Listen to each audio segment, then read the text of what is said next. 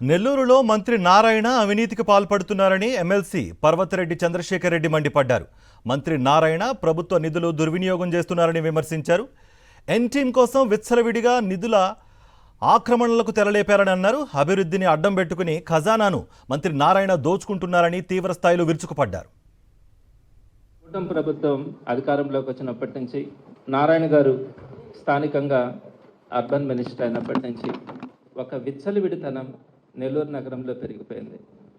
జవాబుదారీ లేనితనం కానీ, అలానే ఆలోచన లేకుండా చేసేటువంటి కార్యక్రమాలు కానీ, కోట్లాది రూపాయల అమౌంట్స్ని కూడా దుర్వినియోగం కావడం ఈరోజు మనం గమనిస్తూ వస్తూ ఉన్నాం.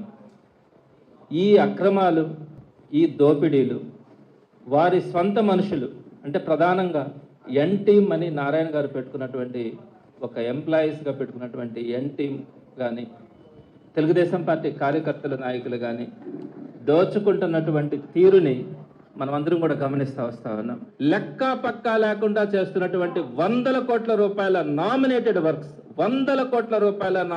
వర్క్స్ వీటన్నింటినీ కూడా ప్రతి దాంట్లో కూడా అన్యాయం, అక్రమం, దోపిడీ నెల్లూరు నగర నియోజకవర్గంలో ఆనవాయితీగా జరుగుతూ ఉంది. ఇక్కడ ఏ విధంగా అయితే అమరావతిలో వేల కోట్ల రూపాయలు దండుకుంటా ఉన్నారో, కాంట్రాక్ట్ రూపంలో కానీ, కమిషన్ల రూపంలో కానీ, లంచాల రూపంలో కానీ దోపిడీ జరుగుతూ ఉందో, నెల్లూరు నగర నియోజకవర్గంలో కూడా దానికి తీసిపోనట్లుగానే నెల్లూరు నగర నియోజకవర్గంలో కూడా జరుగుతూ ఉంది.